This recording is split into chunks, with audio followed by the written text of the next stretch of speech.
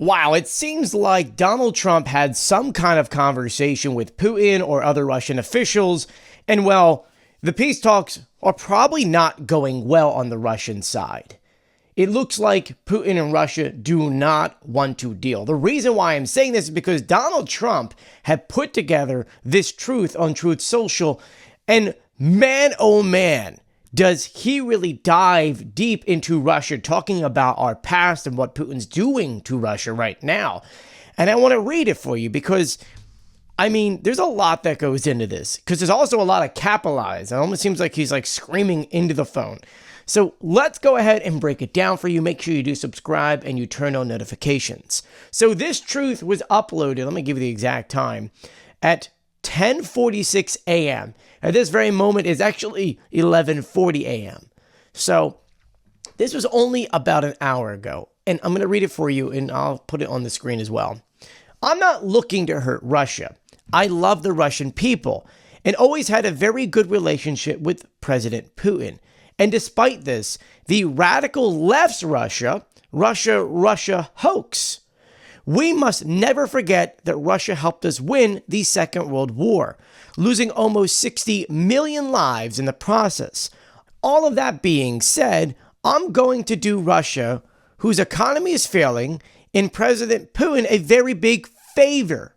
Settle now and stop this ridiculous war. It's only going to get worse. He's actually screaming that, by the way. That's why I'm trying to raise my voice, though I know I don't really have a voice right now. If we don't make a deal soon, I have no other choice but to put high levels of taxes, tariffs, and sanctions on anything being sold by Russia to the United States and various of other participating countries.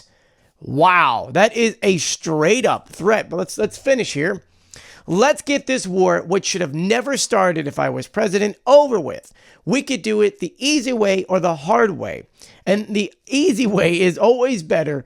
It's time to, and he screams this, so I apologize, make a deal. No more lives should be lost. What on earth is going on here? It seems that Donald Trump's team probably reached out to Putin, okay? Either Putin's team or someone in the Kremlin, and they talked. They probably said, hey, look, what you did, you know you did is wrong. You do need to compromise here. What you want is not like, you can't just demand everything, which for those who are taking notes right now, Russia wants the 4 regions that they've been trying to conquer, which they don't conquer all of them. Like there's about 20% of the land they don't have in their control. Like look at Kherson, Zaporizhia, you look at Luhansk and Donetsk. There's some areas they don't control. They not only want that land, they want the additional land that Ukraine currently has in those states. We're just like, oh, okay, that's kind of weird. He wants Ukraine to not only not have a military alliance, but to never join NATO. Like not even like the 20-year thing that Trump said. That's off the table. He wants Ukraine to essentially dissolve a decent amount of their military. But, and this is the weird thing here, he's okay if Ukraine does have some kind of weapons to protect themselves, but they cannot use it against us. Which is like, but they only need it because of you guys. It doesn't work that way, Putin. And so what would Ukraine get out of this? The only thing Ukraine would get out of this is that the war stops. That's it. That's the only thing. Now, that is something that Ukraine would never settle for. Not even remotely close. Because in Zelensky's peace plan, it is NATO sends an invitation to Ukraine. Not like 100% you're in today. It's you send a letter to Ukraine, not only establishing Ukraine as a country, but also looking at the borders what they were in 2014. Ukraine also knows that Crimea is kind of like a weird topic right now. And they say, look, we want you guys to recognize where the border is. Okay, you could freeze the war where it is, but we want to get our land back. So all Luhansk, Donetsk, Zaporizhia, and Kherson, we want all that back. But I understand there needs to be steps in this. We'll talk about Crimea another time. We want the invitation. We want to have our borders recognized. We want some kind of security guarantees so that Russia doesn't do this to us ever again. send in at least a minimum of 200,000 troops from other countries to come into our country to protect whatever we're going to have as that line. And then from there, it's really just security guarantees to make sure Russia doesn't do that in the future, which we don't technically know what they would be. I know Zelensky wanted tomahawks, but we don't really know. You have to remember that Ukraine has lost everything here. I mean, their people are being brutally taken out by Russia for no reason. Russia went to cities like Avdiivka, Bakhmut, Mariupol, and just destroyed every square inch. They ruined these people's lives for no reason whatsoever. There needs to be a punishment here. And yes, Ukraine understands there needs to be some kind of negotiation and a back and forth, which is what Crimea will probably be. And we'll figure out Kursk and other areas later on. But for Russia to come out and be like, yo, this is what we want, and this is the only thing we want, and that's it. That's not how things are going to go. And it seems like Donald Trump is learning that here. Because he starts off by, this is a tactic, by the way, if you actually read his book. You always want to compliment people before you kind of give them bad news. And so he does that here. I'm not looking to hurt Russia. I love the Russian people. We had a great relationship. Look at World War II and how they helped and blah, blah, blah. You know, he's trying to like booster them a little bit before giving them some really bad news here. And that's when he starts saying that, you know, this economy is failing and Russia is, well, Putin really is the one, he actually said this the other day, is destroying Russia. And so I think when he's saying this here, he's actually not talking to Putin. I think he's talking to the Russian oligarchs, saying, look what your guy's doing to you.